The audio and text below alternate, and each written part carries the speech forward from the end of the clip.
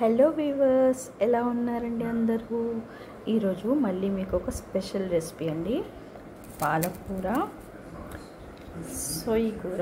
ఇది స్పెషల్ ఏంటంటే ఈ సొయ్యి కూర వేస్తున్నాను అండ్ మెంతి కూర. దీంతో రెసిపీ అండి చాలా బాగుంటుంది. ప్లస్ విటమిన్స్ అవన్నీ పుష్టిగా పడతాయి మన ఒంటికి. సో చాలా బాగుంటుందండి ఈ recipe. Just you also try it. ఓకేనండి. ఇప్పుడు తాలింపు వేస్తున్నానండి. అయితే తాలింపులకి మనము అన్ని కూరలో లాగా కాకుండా ఈ పాలకూర, సొయ్యి కూర అండ్ మెంతి కూరలో దొడ్డుగా కోసుకుంటే చాలా బాగుంటుంది. ఆనియన్స్ ఇలా దొడ్డుగా కోసుకోవాలండి. ఇదే దీని యొక్క స్పెషాలిటీ.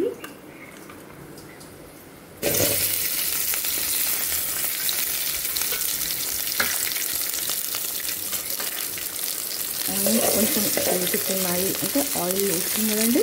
ఇప్పుడు కొంచెం జీలకర్ర వేసుకోవాలి. జీలకర్ర వేసుకోవాలి. యాక్చువల్గా ఫస్ట్ జీలకర్ర వేసుకుంటే బాగా మాడిపోయినట్టు అయిపోతాయి, పప్పుచారులు అవుతుంది. సో అలా టేస్ట్ రావద్దని ఇప్పుడు వేస్తాను జీలకర్ర. చూడండి వేగుతున్నాయి. ఇప్పుడు కొద్దిసేపు లిడ్ పెట్టుకుందాము. కొంచెం వేగాయి కదా, ఇప్పుడే మనం అల్లం వెల్లిపాయ వేసుకోవాలండి. ఎందుకంటే అల్లం వెల్లిపాయ కూడా దీంతో పాటు మళ్ళీ వేగుతుంది.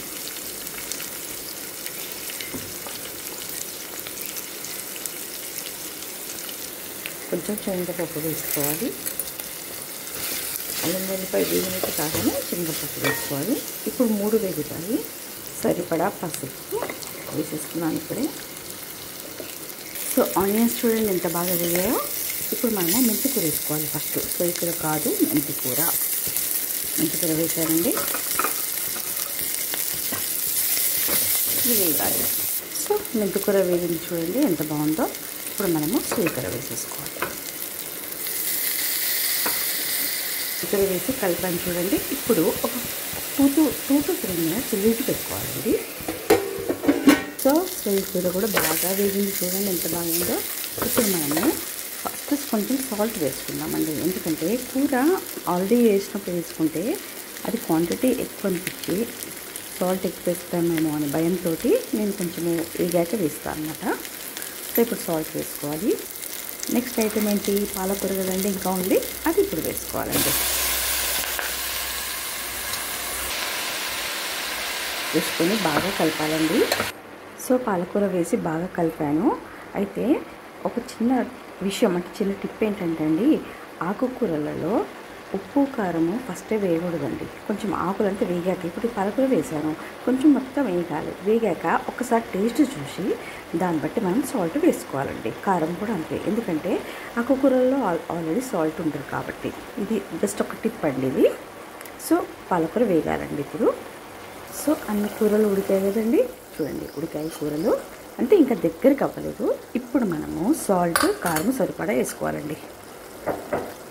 ఎందుకంటే అప్పుడు వేసింది సరిపోయిందో లేదో అనేసి ఇప్పుడు వేసుకుంటాం. ఆకు ఉడికాక వేసుకోవాలి ఎప్పుడైనా.